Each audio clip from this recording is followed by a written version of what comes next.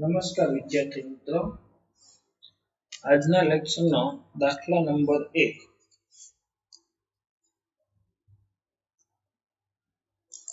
સ્થિર સ્થિતિમાંથી શરૂ કરીને 5 મીટર પર સેકન્ડ સ્ક્વેરના પ્રવેગથી ગતિ કરવાનું શરૂ કરતા પદાર્થ દ્વારા 3 સેકન્ડમાં કપાયેલ અંતર શોધો.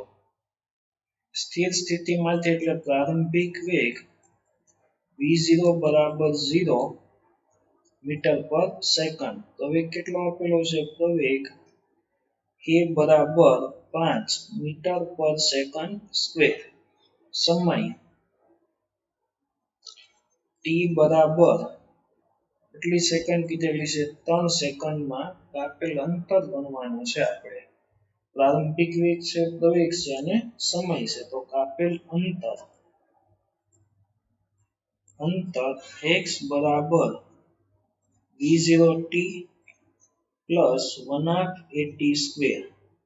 પ્રારંભિક વેગ કેટલો છે? 0. સમય કેટલો છે? 3 પ્લસ 1/2 પ્રવેગ 5 અને t સ્ક્વેર એટલે કે 3 નો વર્ગ. તેથી x બરાબર 0 પ્લસ 1/2 ગુણ્યા 5 ગુણ્યા 3 નો વર્ગ 9. 9 પંચા 45. 45/2. તેથી કાપેલ અંતર x બરાબર 22.5 મીટર.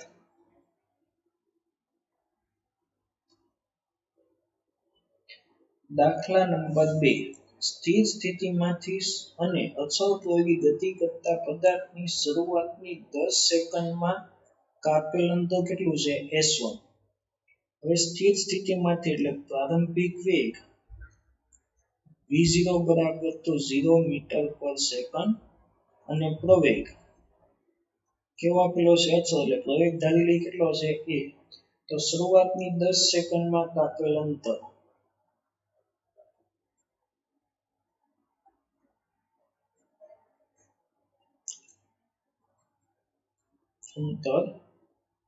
x બરાબર કેટલા આપેલા છે?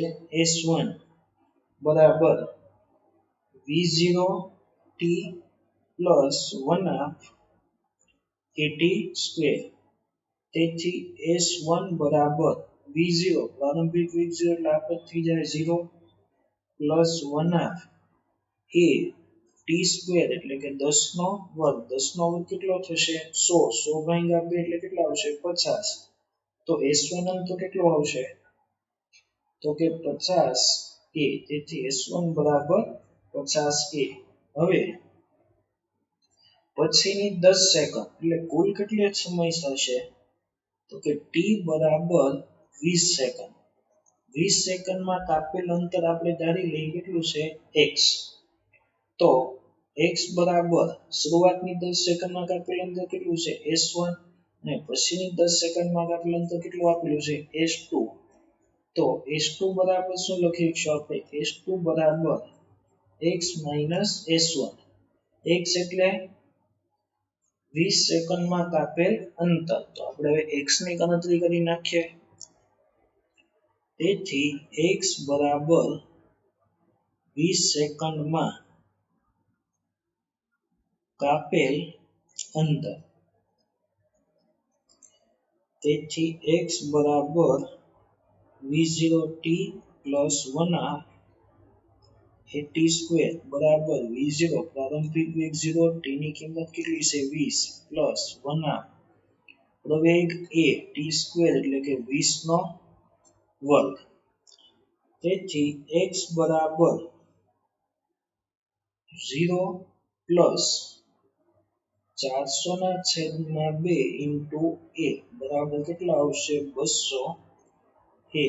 હવે આ x ની મદદથી છેલ્લી 10 સેકન્ડમાં કાપેલ અંતર s2 બરાબર સમીકરણ શું હતું? x s1. x ની કિંમત કેટલી આવી?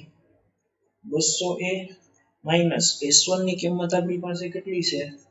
50 a. એનો ઉપયોગ કરી s1 બરાબર 50 a. બેની બાદબાકી કરશું. તેથી s2 બરાબર કેટલા લખશું આપણે? 150 a. હવે આપણે પ્રશ્ન શું પૂછેલો છે?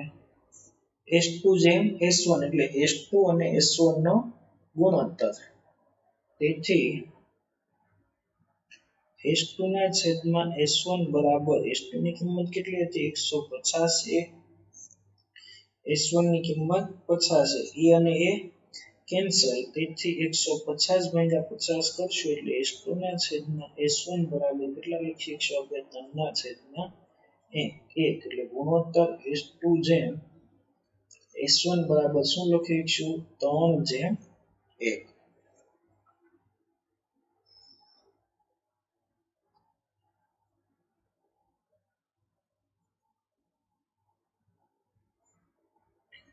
દાખલા નંબર 3 એક કાર 40 મીટર પર સેકન્ડના પ્રારંભિક વેગથી પ્રારંભિક વેગ v0 બરાબર 40 મીટર પર સેકન્ડ ના વેગથી પ્લસ x અક્ષ પર ગતિ કરે છે તેનો પ્રવેગ કેટલો છે -10 મીટર પર સેકન્ડ સ્ક્વેર પ્રવેગ a બરાબર -10 મીટર પર સેકન્ડ સ્ક્વેર તથા તે ગતિની શરૂઆત ક્યાંથી કરે છે 10 મીટરથી એટલે પ્રારંભિક સ્થાન x0 બરાબર કેટલા લેવાના છે આપણે 10 મીટર તો ધન x અક્ષ પર મહત્તમ કયા સ્થાન સુધી જઈ શકે નો મતલબ કે ક્યાંય શું થશે સ્થિર થશે એટલે અંતિમ વેગ બરાબર કેટલા આપેલા છે 0 મીટર પર સેકન્ડ પણ આપણી પાસે સમય નથી આપણે પહેલા તો કયા સમયે તે સ્થિર થશે તે મેળવવું પડશે તો એ પેલા સમય કે અંતિમ વેગ v બરાબર v0 પ્લસ at સમીકરણમાં બધી કિંમત મૂકી દે અંતિમ વેગ 0 છે પ્રારંભિક વેગ કેટલો આપેલો છે 40 પ્લસ પ્રવેગની કિંમત કેટલી છે -10 ઇન્ટુ t તેથી -10t બરાબર ની આ બાજુ આવશે તો +10t બરાબર 40 તેથી સમય t બરાબર 40 ના છેદમાં 10 બરાબર કેટલા લખશું આપણે 4 સેકન્ડ મતલબમાં તે 4 સેકન્ડ સુધી ગતિ કરે છે તો આ 4 સેકન્ડ દરમિયાન કાપેલ અંતર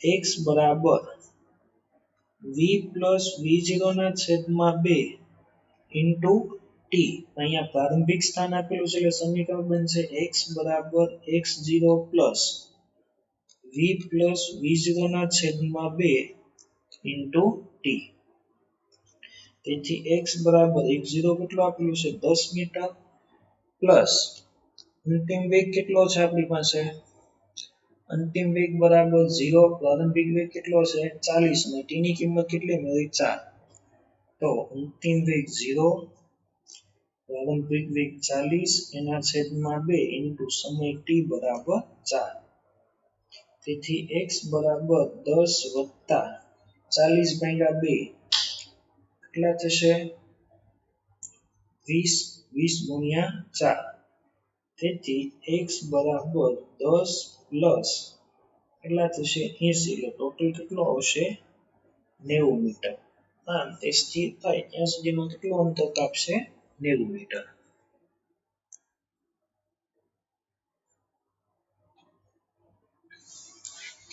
હવે દાખલા નંબર 4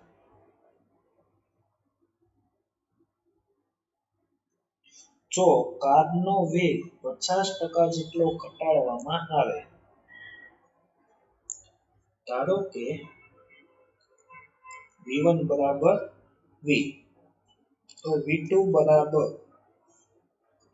તો કેટલો વેગ v માંથી કેટલો ઘટાડવાનો છે 50% નો ઘટાડો -50% ઓફ v 50% ને આપણે સામાન્ય સ્વરૂપમાં ફેરવશું તો v 50 ના છેદમાં 100 v બરાબર v 0.5 v બાદબાકી કરશું એને લીધે v2 વેગ આપણને કેટલો મળશે 0.5 v તો સ્ટોપિંગ ડિસ્ટન્સમાં કેટલો ફેરફાર થાય છે ગણવાનું છે. સ્ટોપિંગ ડિસ્ટન્સનું સમીકરણ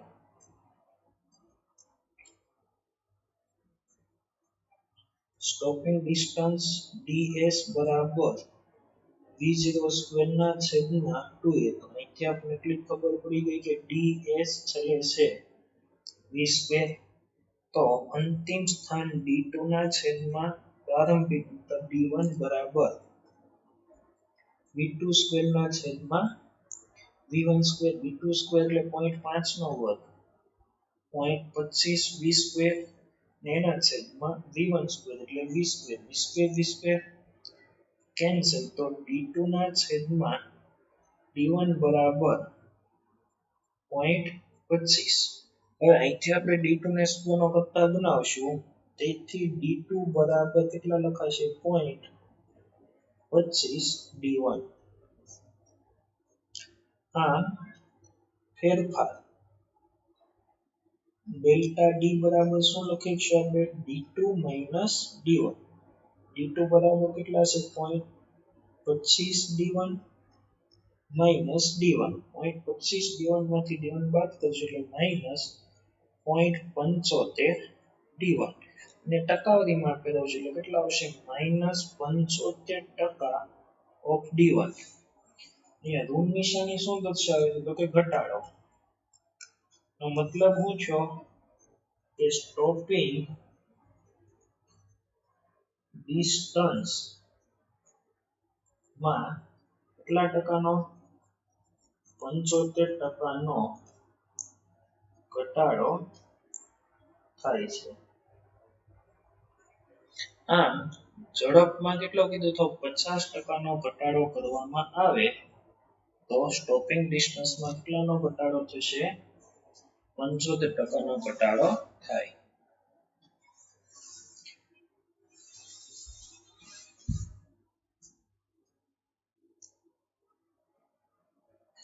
દાખલા નંબર 5. એક પદાર્થ x દિશામાં અચળ વેગી ગતિ કરે છે. 4 સેકન્ડ બાદ તેનો વેગ કેટલો છે 18 અને સ્થાનાંતર કેટલું છે 56. તો તેનો પ્રારંભિક વેગ અને પ્રવેગ શોધો. આપેલું છે આપણને પહેલા તો સ્થાનાંતર x બરાબર 56 મીટર, પ્રારંભિક વેગ બરાબર ખાલી જગ્યા જે મેળવવાનું છે સમય t બરાબર 4 સેકન્ડ અને પછી અંતિમ વેગ v બરાબર 18 મીટર પર સેકન્ડ અને પ્રવેગ એ બરાબર ખાલી જગ્યા. તો આપણે સ્થાનાંતરનું સમીકરણ તો કે અંતર x બરાબર v plus v0 ના છેદમાં 2 into t. અંતર કેટલું છે આપણી પાસે 56. અંતિમ વેગ કેટલો છે 18. પ્રારંભિક વેગ મેળવવાનો છે છેદમાં 2 અને સમય કેટલો આપેલો છે 4 સેકન્ડ. અહીંથી કેન્સલ કરશું એટલે કેટલા થાય 4 × 2 એટલે 2. તેથી 18 plus v0 બરાબર 56 ના છેદમાં કેટલા લખાશે 2 બરાબર કેટલા આવશે 28. તો હવે સમીકરણમાંથી v0 ને સૂત્રનો કરતા બનાવીએ તો v0 બરાબર 28 - 18 બરાબર 10 મીટર પર સેકન્ડ. પ્રારંભિક વેગ કેટલો આવ્યો 10 મીટર પર સેકન્ડ. હવે અંતિમ વેગનું સમીકરણ અંતિમ વેગ v બરાબર v0 plus at. તેથી પ્રવેગ a બરાબર v minus v0 ના છેદમાં t બરાબર. હવે અંતિમ વેગ આપણી પાસે કેટલો છે 18. પ્રારંભિક વેગ કેટલો મળ્યો 10 અને સમય કેટલો છે 4. તો 18 minus 10 એના છેદમાં 4. તેથી પ્રવેગ a બરાબર 8 ના છેદમાં 2 બરાબર 4 મીટર પર સેકન્ડ સ્ક્વેર. પ્રવેગ કેટલો આવશે 4 મીટર પર સેકન્ડ સ્ક્વેર અને પ્રારંભિક વેગ કેટલો છે 10 મીટર પર સેકન્ડ. દાખલા નંબર 6. બે બિંદુઓ A અને B પાસેથી અનુક્રમે 70 મીટર પર સેકન્ડ અને 40 મીટર પર સેકન્ડ ના વેગથી ગતિની શરૂઆત કરી બે કણો A થી B તરફની દિશામાં -4 મીટર પર સેકન્ડ સ્ક્વેર અને 8 મીટર પર સેકન્ડ સ્ક્વેર જેટલા વેગથી ગતિ કરે છે, તો આ બંને કણો એકબીજાને કયા સમયે અને કયા સ્થાન આગળ ભેગા થશે? AB ની કિંમત કેટલી આપેલી છે? 36 મીટર. ધારી લઈએ આપણે કે આ પોઈન્ટ છે A, આ છે B. ધારી લઈએ કે A થી કેટલા અંતરે ભેગા થાય છે? x અંતરે. AB અંતર કેટલું આપેલું છે? અંતર કેટલું છે? 36 મીટર. તો આ અંતર કેટલું થશે? તો કે x - 36 મીટર. આમ xa બરાબર કેટલા લખીશું આપણે? x પછી એનો પ્રારંભિક વેગ v0 એ કેટલો છે? 70 મીટર પર સેકન્ડ અને પ્રવેગ a કેટલો છે? -4 મીટર પર સેકન્ડ સ્ક્વેર. એવી જ રીતના xb બરાબર xb ને કેટલું અંતર કાપવું પડશે? તો કે x - 36 એનો પ્રારંભિક વેગ v0b બરાબર 40 મીટર પર સેકન્ડ અને b નો પ્રવેગ ab બરાબર 8 મીટર પર સેકન્ડ સ્ક્વેર. તો હવે આ બંને કિંમત તો કે x બરાબર v0t પ્લસ 1/2 at સ્ક્વેર સૂત્રમાં ઉપયોગ કરી તો પહેલા a માટેનું સમીકરણ xa બરાબર v0at plus 1/2 aat square. x એની જગ્યાએ કેટલા લેવાના છે? x. હવે એનો પ્રારંભિક વેગ કેટલો છે? 70 અને પ્રવેગ -4.